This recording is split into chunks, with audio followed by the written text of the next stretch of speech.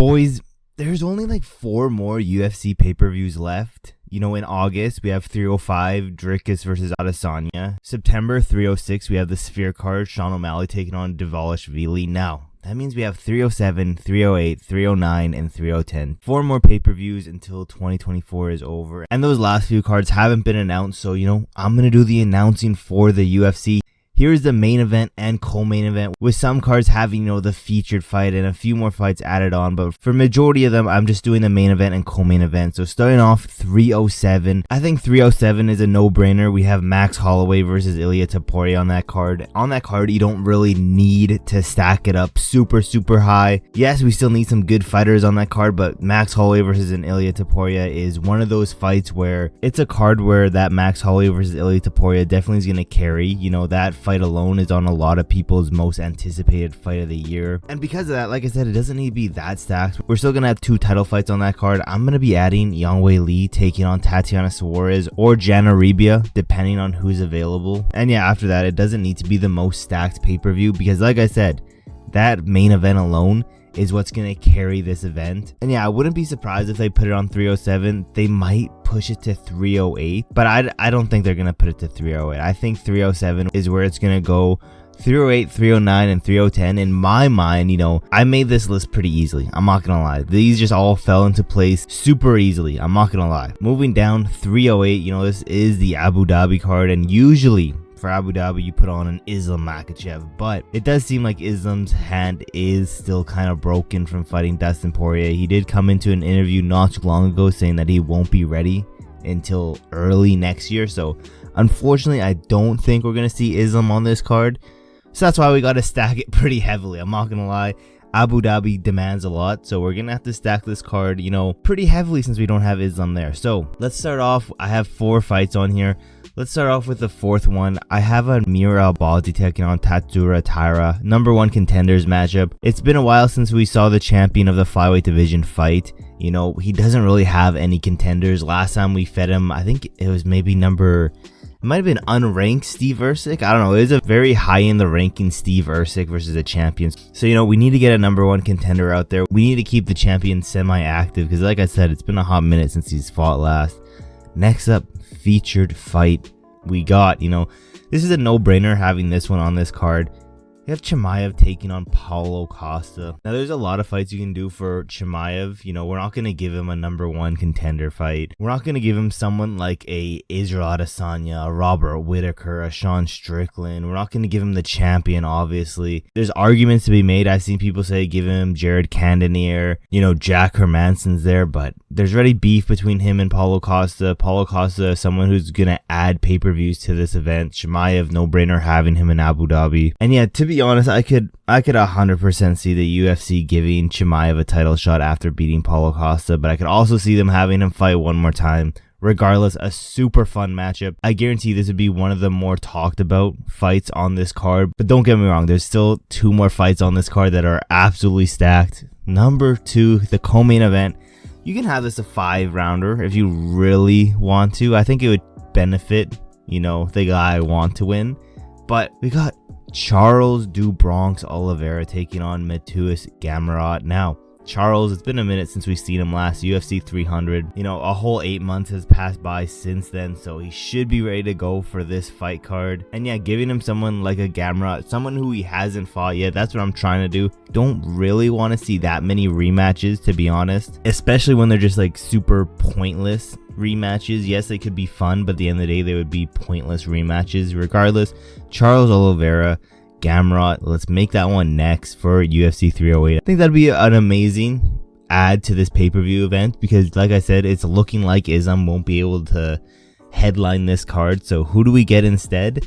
People might be mad, but people might be really excited that this is the new main event just because, they don't like the champion and they want to see him dethroned. I'm talking about Bilal Muhammad stepping up semi-short notice, taking that 308 spot in Abu Dhabi. You know, he has that Muhammad name, it would fly easily, taking on the boy Shavkat Rakhmonov. In my opinion, the most anticipated title shot that we've seen in a hot minute, especially in that welterweight division. Everyone's been waiting for Shavkat to get his title shot, and yeah, run that one next. I think that'd be an okay replacement for Makhachev, you know. Now the thing is Belal Muhammad ready to fight that soon? You know, if he's not ready to fight that soon, we might have kind of a problem. I don't know what we would do if Belal wouldn't be able to fight. We would have to figure something out. Maybe move Max Holloway to 308, but then who do we have headlining 307? You know, see, things get a little bit dicey here and there. In the comments below, let me know, what should we do if Belal Muhammad can't make 308? What should we do? Who should headline there?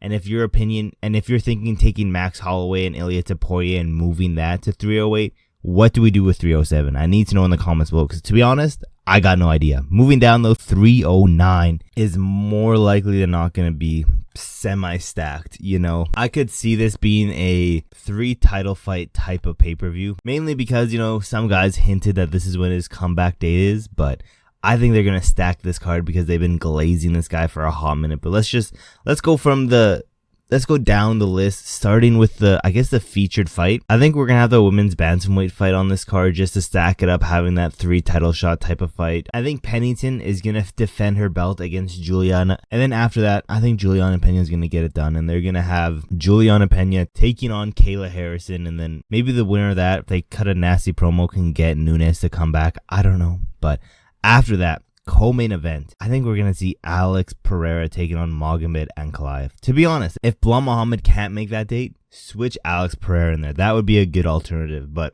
hopefully, I hope the cards that I'm making are the ones that go through, because these are some pretty stacked pay-per-views. I'm not going to lie.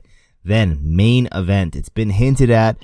Jon Jones, Stipe Miocic. I'm praying that gets made for 309, to be honest, just because if it gets made for 309, we can have this shit done with Jon Jones. He either wins and then calls out Tom Aspinall. He either wins and then retires. He either loses and retires. I actually do think Jon Jones is going to fight Tom Aspinall after Stipe. I'm not going to lie. I think the UFC is going to offer Jon Jones a huge bag to finally step in there with Tom Aspinall, because they've been seeing the numbers.